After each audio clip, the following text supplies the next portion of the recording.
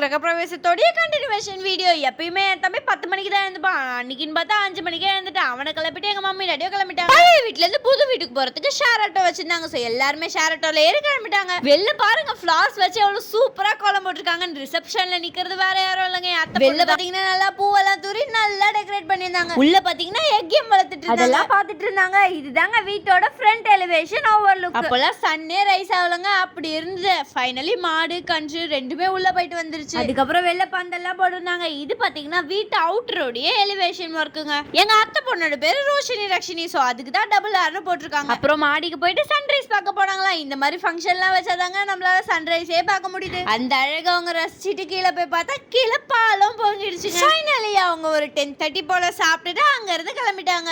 அத்தையோட பழைய வீட்டுக்கு போயிட்டு ட்ரெஸ் எல்லாம் சேஞ்ச் பண்ணிட்டு திருப்பி பஸ் ஸ்டாண்டுக்கு வந்துட்டாங்க. பஸ் ஸ்டாண்ட்ல பாத்தீங்கன்னா துறையூர் டு மருவத்தூர் ஸ்ட்ரெயிட் பஸ்ஸே கிடைச்சிருச்சாங்க. சூப்பரா மருவத்தூருக்கு ஒரு 4 o'clock போல வந்து இறங்கிட்டாங்க. இப்போ அவங்க பாத்தீங்கன்னா பார்க்கிங் ஏரியாக்கு போன. பார்க்கிங் ஏரியால 2 வீலர் விட்டுருக்காங்க. அங்க இருந்து 2 வீலர் எடுத்துட்டு தாங்க வீட்டுக்கு வரணும். அது போற வழி ஃபுல்லா கடை தெருவா இருந்ததா. என் தம்பி இது வேணும் அது வேணும் தொல்லை பண்ணிட்டானா. நெக்ஸ்ட் நான் மீட் பண்றேன். அந்த பை ஃப்ரம் சஷு.